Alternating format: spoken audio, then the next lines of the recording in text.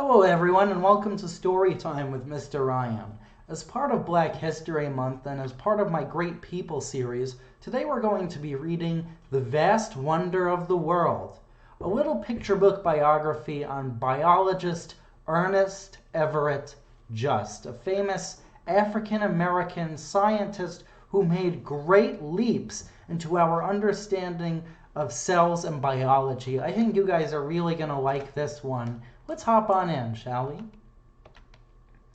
Woods Hole, Massachusetts, 1911.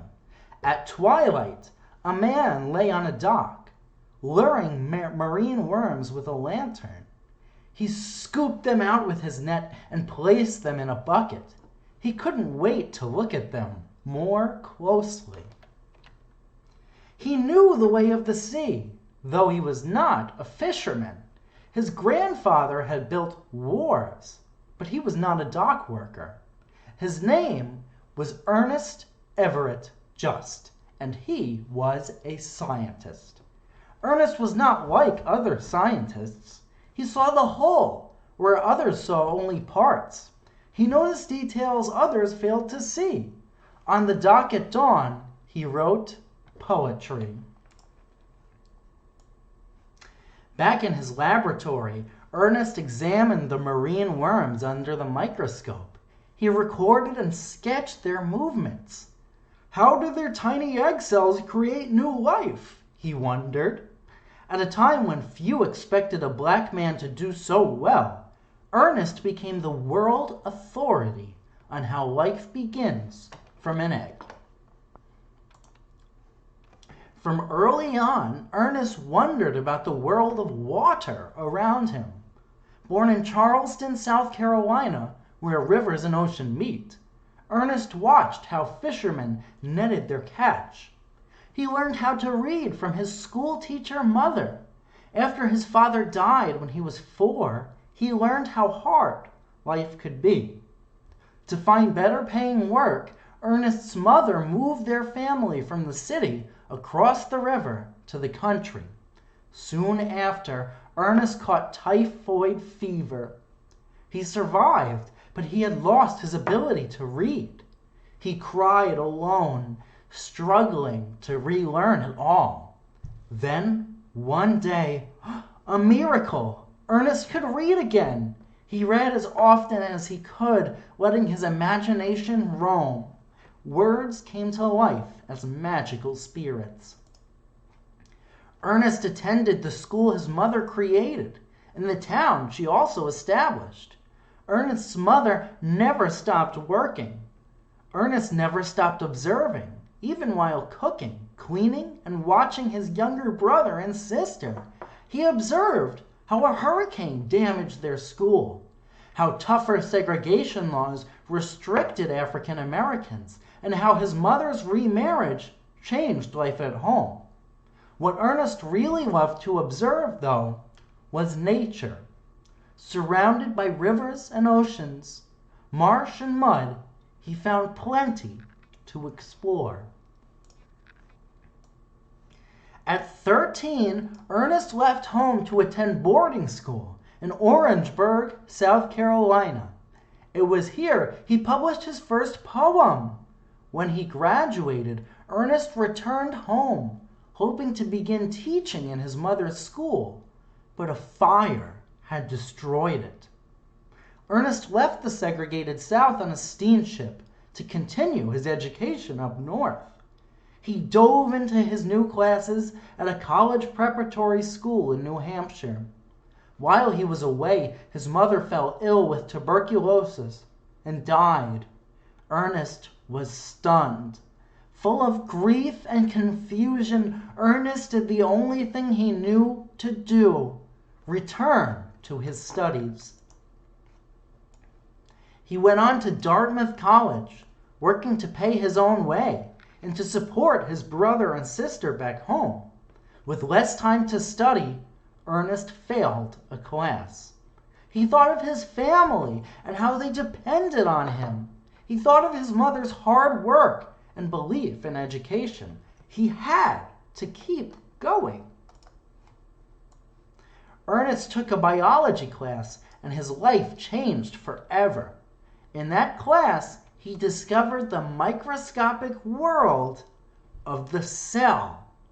Scientists knew that the cell is the smallest building block of life, but many had only a basic understanding of how the different parts of the cell work together as new life developed. Ernest wanted to unlock this mystery. And he did.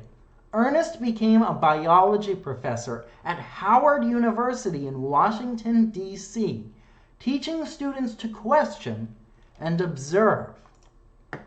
Each summer, he traveled to the Marine Biological Laboratory in Woods Hole, Massachusetts, to research and experiment. Out on the collecting boat, Ernest looked for sea urchins, sand dollars, starfish, and marine worms. He then carefully transported them to the lab in a covered bucket so the beating sun would not damage them. Most scientists carelessly removed sea animals to study, but Ernest demonstrated that by observing living things in as natural an environment as possible, they could learn more. Ernest also taught scientists how to thoroughly cleanse glassware and equipment for the most accurate experiments. Using a simple light microscope, Ernest examined the egg cells of all those sea animals. Night after night, day after day, while observing sand dollar eggs, Ernest noticed a wave of movement when a sperm contacted the egg. As slight as a shiver, it signaled an amazing discovery. The egg cell directed its own development during fertilization. This controversial idea went against what most scientists thought at the time. It wasn't just the sperm creating changes, the cell surface and the layer right below it were just as important in generating new life. Ernest published his research findings in many scientific papers.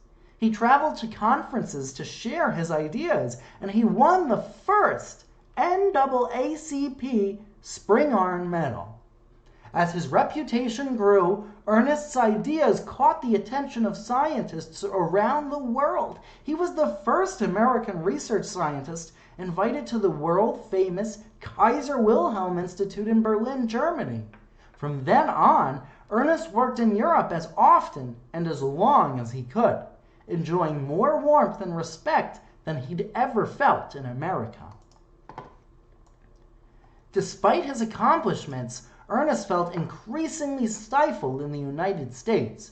His family was not welcome with him in Massachusetts because of the color of their skin.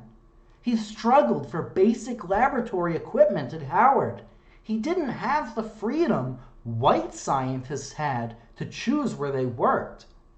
The time came when Ernest refused to tolerate the segregation any longer. He decided to move to France and become an independent researcher. Crossing the Atlantic, Ernest thought about the hundreds of students he'd introduced to science and how his fascination with cells began. He poured those memories and feelings into his work and completed a groundbreaking book. Though his careful observations and hard work, Ernest opened up the wonder of the universe to all of us through a tiny egg cell. Thank you, everyone. Thanks for watching. I hope you guys enjoy this story, as I sure have. I know it was some complicated subject matter, but it's all a very important and necessary component in the study of humanity, the study of us, and the study of human life we call biology. A very important scientific field. I hope you guys enjoyed learning about Ernest Everett Just, a very important and prolific African-American entity. I hope you guys enjoyed reading along with me. Please feel free to check out my other stories on this channel, or if you're looking for fun activities you can do from home, go ahead and check out veronalibrary.org/children. Until next time, I'll be seeing you. Thanks for joining me. Bye-bye.